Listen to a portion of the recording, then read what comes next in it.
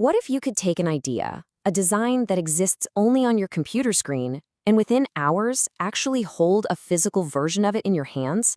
Well, that's not science fiction anymore. That's the world of additive manufacturing, which you probably know better as 3D printing. Today, we're going to pull back the curtain and see how this technology is doing way more than just making little trinkets. It is fundamentally rewriting the rules for how we create, well, pretty much everything. So here's the game plan. We'll kick things off by comparing the old way of making things to this radical new approach.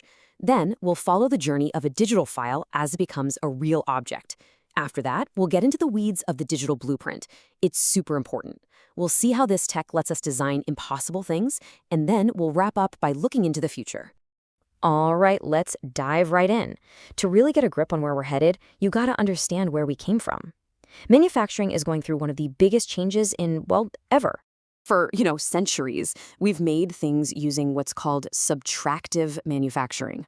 The best way to think about it is like a sculptor with a big block of marble. They start with a solid chunk and just chip away everything that isn't the statue. That's traditional manufacturing. Additive manufacturing, it's the complete opposite. Instead of taking material away, it builds something from nothing, adding one tiny, tiny layer at a time.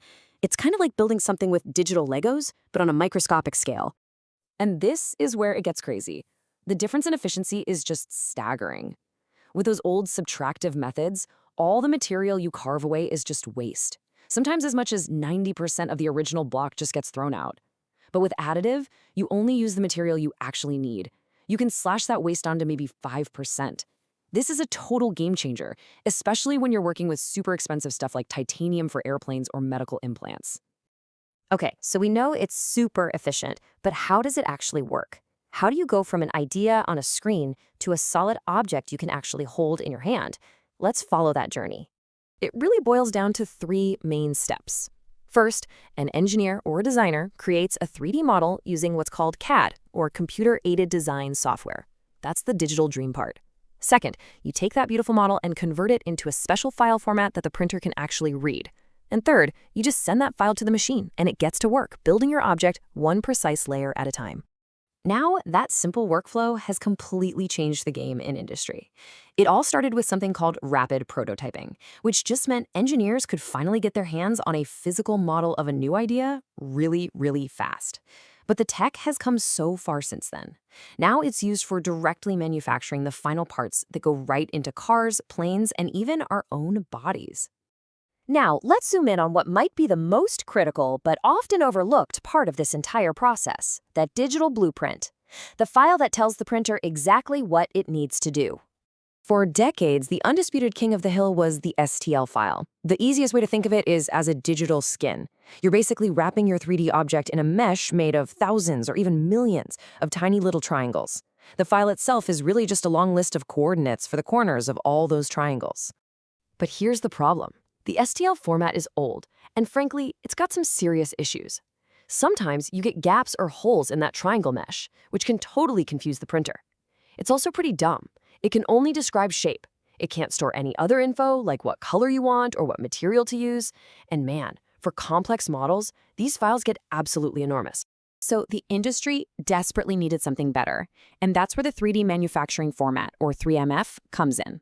Think of it as the modern, smarter, open-source file format built for today's printers.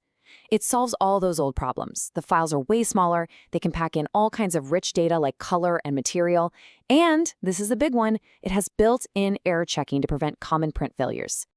I mean, this image right here says it all. For the exact same part, the new 3MF file is less than half the size of the old STL. But even more important, it stops something called non-manifold errors. That's a fancy term for a shape that's impossible in the real world, like 2 cubes that are only touching at a single point.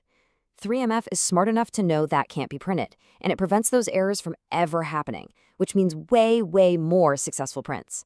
So now that we have a really reliable blueprint, we could start to explore where things get truly mind-blowing, designing and building things that were physically impossible to make just a few years ago. And that right there, that is the real magic. Freedom of design. For the first time, engineers aren't limited by the constraints of a cutting tool or a mold. The new rule is pretty simple. If you can dream it up in your design software, you can probably print it. Take a look at this car chassis. This is not your average frame. The real secret sauce here is that internal lattice structure, that super complex web-like pattern on the inside. It's a design that's totally inspired by nature, kind of like the internal structure of bone, to give it maximum strength with the absolute minimum amount of material. You could never, ever make this by carving it out of a solid block. These lattice structures are a full-blown revolution in engineering. They let you dramatically reduce weight while keeping or even increasing the part's strength. That high strength-to-weight ratio, that's the holy grail in so many industries. It lets us create parts that are perfectly optimized for exactly what they need to do and nothing more. And hey, don't think this is just some futuristic concept car stuff. These impossible designs are already out in the real world. You can find them in high-performance bike frames that are both ridiculously light and super stiff, in drone parts that are optimized for longer flight times, and in critical components for airplanes and satellites flying over our heads right now. Which brings us to the big question, what's next? And why are companies investing billions upon billions of dollars into this technology? Let's take a look at the powerful economic forces that are driving this whole revolution. The money here is just mind-boggling. In the car industry, a company will pay about $10 to shave off a single kilogram of weight. Okay, not bad. In the airline industry, that jumps to $1,000 per kilogram. But for a satellite that you have to launch into orbit, removing one single kilogram of weight is worth $10,000. All of a sudden, the fact that additive manufacturing might be a bit more expensive doesn't just make sense, it becomes a massive competitive advantage. So when we look ahead, the biggest trend is looking to the past, about 4 billion years into the past. Designers are turning to nature's R&D department for inspiration. We're entering this incredible era of bio-inspired design, where we try to copy the amazing efficiency we see all around us in the natural world. Just picture it for a second.